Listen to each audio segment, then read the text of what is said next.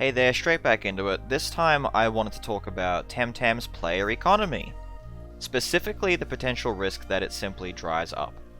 Now, the game is still in its infancy, so everything that I say now could be completely different 1 year or even 6 months from now. But currently, as of making this video, there are 3 established ways of earning Pansun.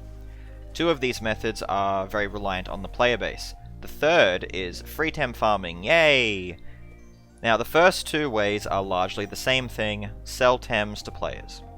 Typically this means selling perfect SV Tems, single SV Tems, or Lumas. Now, Lumas aren't something that you can aim to get in a day. Obtaining one can be quite time consuming, and those who farm for a dedicated Luma aren't really doing it with the goal of selling it, I hope not. They're usually doing it so they can keep it for themselves. It's also simply not a very time efficient way to earn Pansun, but you already know that, let's move.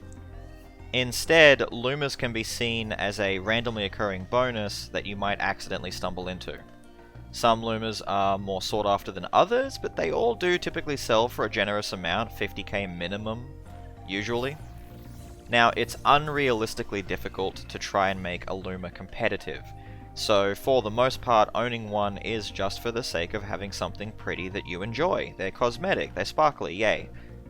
But a perfect SV Genki, 99% of the time, will be stronger than its Luma counterpart, simply because of how breeding Lumas works. So, what will happen as time moves forward and more Lumas have joined the market? Well, people typically don't release Lumas, go figure. God, I hope not. So, once they're caught, they'll always be there. If somebody gets bored of their Luma, they can trade or sell it. Thus, it rotates within the market instead of leaving it.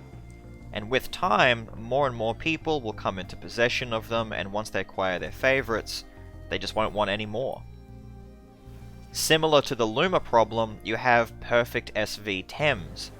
Born and raised for the competition scene, these Tems are what you'll see the majority of the time whenever you're browsing the trade resources. Now, just like with Lumas, people aren't going to release their perfect Tems, so even if we assume that the competitive meta will shift, those Lumas are simply benched. Did I say Lumas? Those Tems are simply benched. Maybe coming back into circulation one day. Now, today we see a flow of Tems like Gialis, Kinu, Volarend, etc., all being sold perfect with egg moves and the appropriate traits. But once the player base have either bred or bought their desired Tems, what happens to the leftovers? Will there always be a demand for Tems? It's not like they're consumed, used up, and you have to restock them. Once you have it, you have it. People will continue to breed with ambitions of making multiple sales and earning big bucks, but with each day, prices will continue to get lower, and more players reach the end game, they start breeding, the market gets flooded with more and more Tems. Now, speaking of floods, next up is the single SV market. It's not even worth it anymore as far as I'm concerned, and I think some of the players have realized this as well. They simply take up too much space in your storage, they sell for too little, and more often than not, you'll only sell maybe 1 to 3 at a time. A potential buyer is trying to fill gaps in what they need to breed. So it's all too common to receive messages saying, "Hey, got any more females with speed or stamina?" I mean, that's 2 small dents in your warehouse to be sure, but it's not going to make a big difference in your wallet. Now, these Tems are ironically the best and worst ones in terms of marketability. Now, seeing as how I've just covered the negatives, you might be wondering, what's the positives? Simply put, they're currently the only finite Tem that we can sell. Breeder Tems that are used for their SVs are consumed and released, thus creating the demand for more as required. But, like I've already said, most people just farm their own supply. The issue of free Tem payments versus farming for single SVs is also a problem. While farming these Tems, you'll catch and release a lot of undesired ones, and free Tem prevents you from, well, basically wasting your time by compensating you. Genkis, for example, being the only reliable electric-type breeder that we have to farm right now, means that you go to Windward Tower at the top floor. Here, you'll find mostly Genkis, with the rare Banshee showing up once in a while. But Genkies here have a max level of 14, meaning that Free Tem will pay you 55 Pan-Sun for each level 14 Genki that you release. If we minus the 15 for the Tem card that you use to catch it, that's a 40 Pan-Sun profit.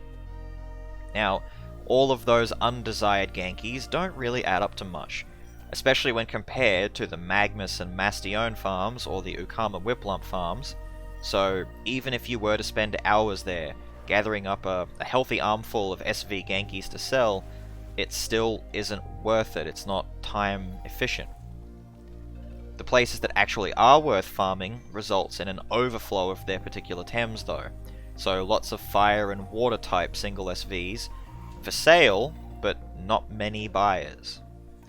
All of this creates a loop where people go out and farm in order to breed, maybe finding a Luma in the meantime, yippee, maybe. They breed their perfect Tems and then begin selling to players. Eventually, everybody has the perfect Tems that they want, the Lumas that they desired, and so perfects and Lumas aren't selling as quickly. Breeders then slow down on what they're doing, single SV Tems will lose value, and before you know it, everybody is just down farming Ukamas and Whiplumps for free Tem cash. Now, of course, as content gets released, like say a new island, we'll probably get new Tems to catch, or at the very least, we'll be able to get some of the unobtainable ones that we're already aware of, like Spazi and Hocus. Breeders will then breed them, buyers will then buy them, and it cycles over again. Now, obviously, there will always be some form of demand for these perfect Tems and Lumas, but the point is that the massive demand that we've been seeing up to now will slow down to the point where breeding will most likely no longer be the primary method of earning Pan-Sun. It may in fact be that free Tem farming is the dominant, given how reliable it is with the static source of income. You can always go out and get it, you always know what you're going to obtain. You can always choose how much you're going to get per catch. And I'll add very quickly now that I know the auction house feature is coming eventually, and that will help a lot of people with the consolidation of the player base's Tems in one spot, because currently you're looking at Discord, Reddit, and a couple of fan sites that all offer similar services, but once the auction house is implemented, if you want a particular Tem, you just go there and you can get it guaranteed if it's available. Now, in just about every other MMO, you'll have things like mounts, pets, vanity items, other goods that are indefinite one-time purchases, similar to how Perfect and Luma Tems work in the game. But you also have finite goods, things like potions, crafting materials, etc. These things are consumed and then repurchased as needed. It creates a renewable market. So, having said all of this, I'll leave it to you. What do you think of Temtem's economy? Do you think that the demand for perfect Tems and breeders will remain as it is? Do you think free Tem will be, or already is, the best source of income? Will Pan-Sun even matter 1 year from now when everybody is a millionaire? Let me know what you think. And thank you so much for checking out the video. Have a good one. I'll see you next time.